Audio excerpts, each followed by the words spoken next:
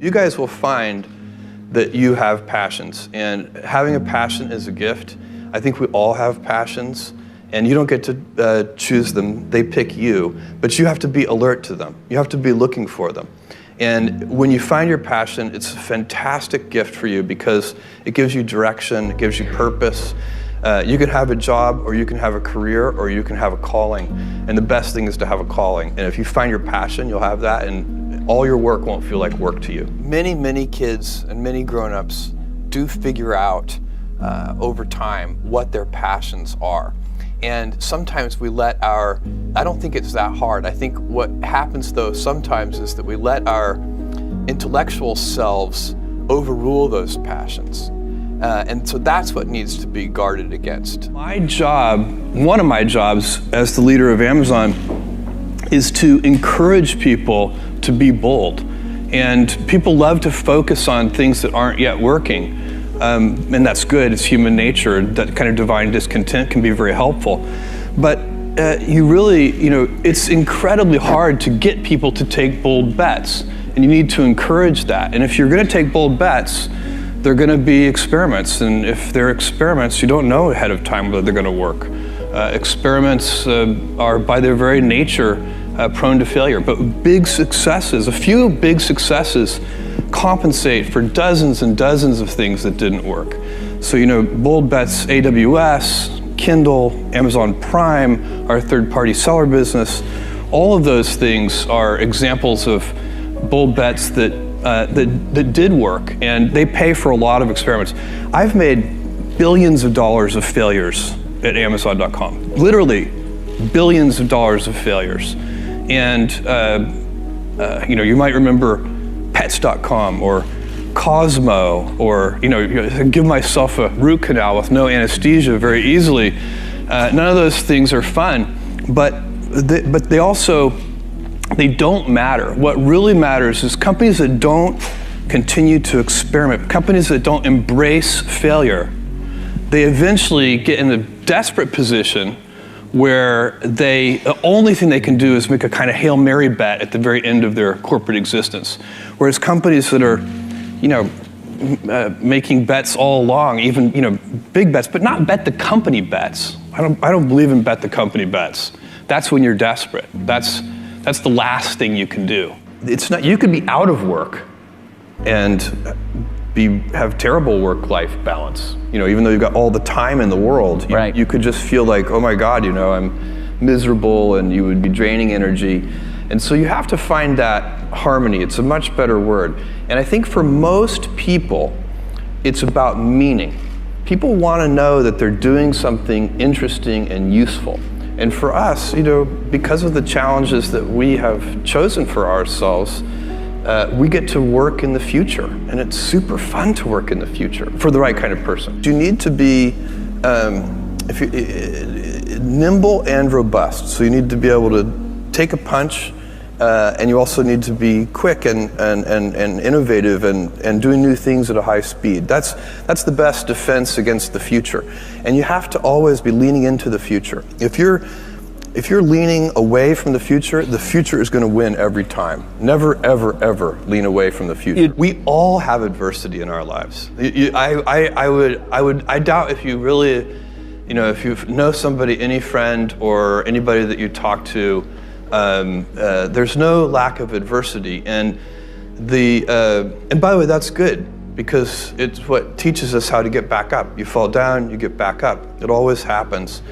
And you get certain gifts in life, and you want to take advantage of those. But I guess my advice on adversity and success would be to be proud not of your gifts, but of your hard work and your choices. So you may be the kinds of gifts you get in life. You might be really good at math. It might be really easy for you. That's a kind of gift. But practicing that math and taking it to the next step, that could be very challenging and hard, and take a lot of sweat. That's a choice. You can't really be proud of your gifts because they were given to you. You can be grateful for them and thankful for them. But your choices you choose to work hard. You choose to do hard things. Those are choices that you can be proud of. Being an inventor requires, because the world is so complicated, you have to be a domain expert. I mean, in a way, even if you're not at the beginning, you have to learn enough so that you become a domain expert.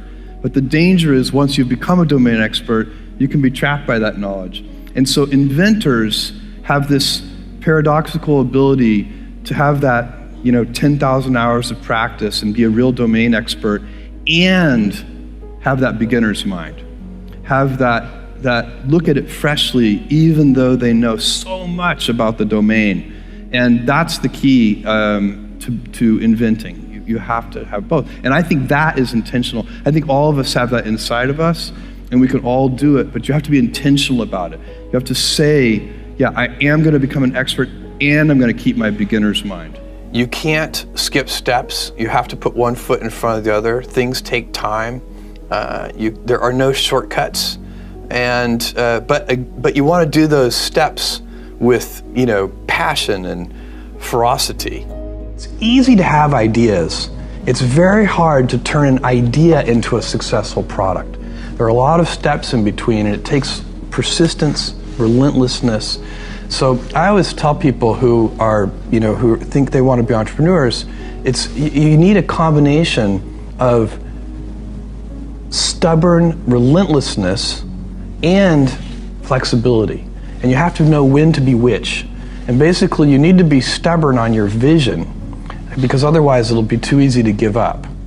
But you need to be very flexible on the details, because as you go along pursuing your vision, you'll find that some of your preconceptions were wrong, and you're going to need to be able to change those things. So I think taking an idea successfully all the way to the market and turning it into a real product that people care about and that really improves people's lives is a lot of hard work. Don't try to chase what is kind of the hot passion of the day. I think we actually saw this, I think you see it all over the place in many different contexts, but I think we saw it in the internet world quite a bit, where at the sort of peak of the sort of internet mania in say 1999, you found people who were very passionate about something. They kind of left that job and decided, I'm going to do something in the internet, because it's it was almost like the the 1849 gold rush in a way. I mean, you find that people, if you go back and study the history of the 1849 gold rush, you find that at that time everybody who was within shouting distance of California was they might have been a doctor, but they quit being a doctor and they started panning for gold, and that almost never works. And even if it does work, according to some metric, financial success or whatever it might be, I suspect it leaves you ultimately unsatisfied. So you really need to be very clear with yourself. And I think one of the best ways to do that is this notion of projecting yourself forward to age 80, looking back on your life and trying to make sure you've minimized the number of regrets you have. That works for career decisions. It works for family decisions. Do you want? I have a 14-month-old son, and it's very easy for me to, if I think about myself when I'm 80, I know I want to watch that little guy grow up.